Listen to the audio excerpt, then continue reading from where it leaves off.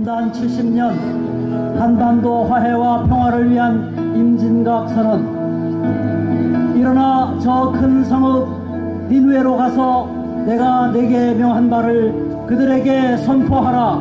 요나서 3장 2절. 여기 남북의 대치선에 우리가 서서 손을 높이 든 것은 역사의 주인이신 여호와 하나님께서 한반도를 향한 당신의 선하신 뜻을 이루기 위해 우리를 동역자로 부르신 까닭이다.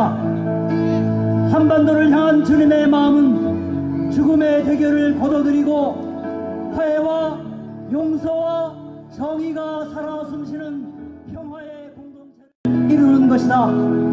죄악은 하나님의 진노를 불러 공동체를 만하게 하지만 자비하신 주님은 그의 자녀들을 미리 보내서 그 악독을 제거하게 하신다. 지난 70년 동안의 남북 대결은 불완전한 자유의 대가로 우리 중 누군가의 피를 강요해 왔다. 우리는 사륙전쟁의 기억이 희미해져서 혹은 내가 당할 확률이 낮다는 이유로 이웃의 희생에 무심하고 익숙해져가는 죄된 습성을 갖게 되었다. 하나님은 당신의 형상인 사람이 그 생명을 풍성히 누리는 것을 기뻐하시며 공포와 억압에 놓이는 것을 아파하신다. 우리는 우리의 지성과 감성이 지금보다 훨씬 더 생명에 민감해지는 참 인간성의 회복을 소원한다. 우리는 증오의 기억을 되물림하기에 능했지만 해결의 지혜를 구하는 데는 게을렀다. 분단 70년 되는 해에 돌아보건대 오래된 증오에 대해서는 관계의 희년을 선포할 충분한 시간이 흐르고 있다. 참혹한 전쟁의 책임자들에 대한 심판은 역사의 페이지로 넘어가고 산 자들의 책무는 미래 세대를 향하고 있다. 이것이 역사의 주인이신 하나님을 주로 고백하는 이들의 태도라고 믿는다. 또한 우리는 느니웨로 보내진 요나처럼 순종의 모양만 갖추고 자신을 속이려는 유혹을 경계한다. 70년 이상 흐른 적대 관계를 해소하는데 불과 수년의 노력에 결심이 없다며 속단하는 것은 진정 문제 해결을 바라는 태도라고 할 수 없다.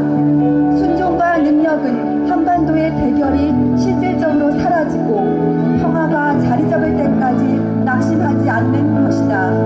따라서 우리는 북한 주민들이 더 폭넓은 자유를 누리고 남한 사회가 더 정의로워지며 남북관계가 되돌리기 힘든 평화 상태로 변화될 것을 믿고 기도하며 그것을 전제로 일상을 살아나가려 한다.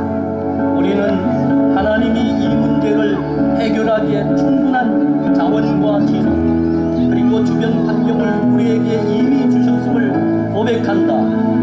평화의 책임은 남북의 고민 우리에게 있으며 하나님의 생각은 정의와 평화와 기쁨이라고 이미 선포되었다.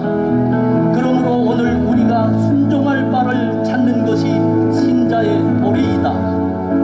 민간의 남북관계조차 여타의 관계와 달리 정치의 영역의 완벽한 통제 아래 있으므로 이 나라의 주권자인 우리는 정치 권력을 위임받은 구성원들에게 주목한다. 평화의 영혼과 뜻은 반드시 정치 영역에 전달되어야 하고 관철되는 것이 가시적으로 확인되어야 한다. 우리는 선거에 나서는 공직 후보자들과 정파들이 어떤 평화 정책을 갖고 있는지 묻고 그 성과를 다음 선거에 반영하는 방식으로 정치 영역의 평화의 책임을 강하게 부과할 것이다.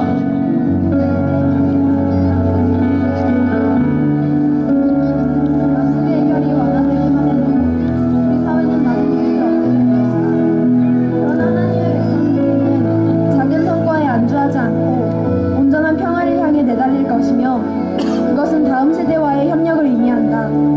따라서 지금은 2020년대 이후 사회에 중추가 될 사람들에게 넘겨줄 평화의 역량을 축적하고 소통할 때이며 그 모든 노력에 앞서 이들이 평화의 세계를 열 수 있는 복을 내려 내려달라고 하나님께 간구한다.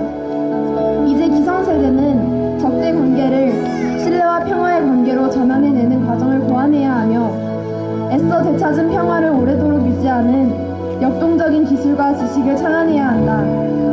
그것이 이 어둠을 걷어낼 등잔과 기름이며 참으로 다음 세대에 물려줄 소중한 유산이다. 이것은 남과 북 모두에서 증오와 대결을 되물림하면서 더러운 이익을 탐하는 흐름과 맞서게 된다. 우리는 둘 사이의 갈등이 없으리라고 단언할 수는 없지만 그것이 우리를 낙심케 할 수도 없다. 우리는 예수 그리스도의 십자가를 바라본다. 우리가 아무리 피곤하고 환멸에 빠진다 해도